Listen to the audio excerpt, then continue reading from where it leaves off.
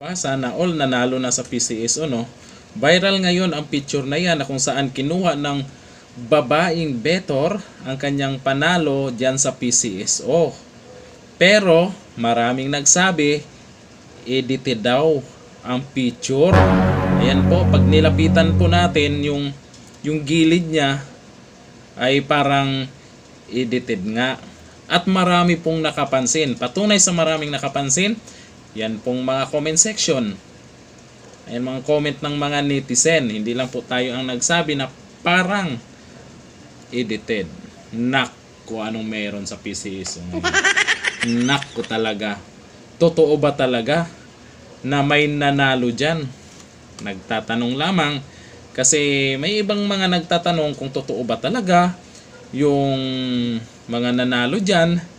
Ngayon lalong mapapatanong tayo kung totoo talaga dahil dito dapat magsalita ang PCSO dito or magsalita mismo yung nasa picture na babae yan.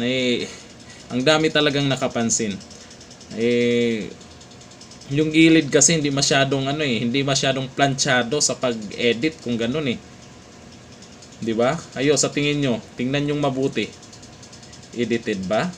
Totoo ba na may mga nanalo dyan na million, billion, half billion na nga yung iba dyan sa PCSO?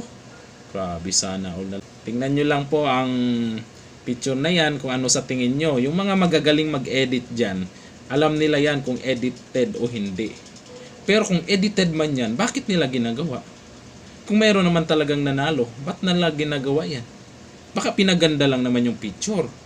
Baka totoo naman na may nanalo talaga, totoo naman na may kumuha ng panalo, tapos yung picture pinaganda lang, pinataas lang yung kulay, pinaliwanag lang. Sa tingin nyo, ano kayang meron dyan sa picture na yan?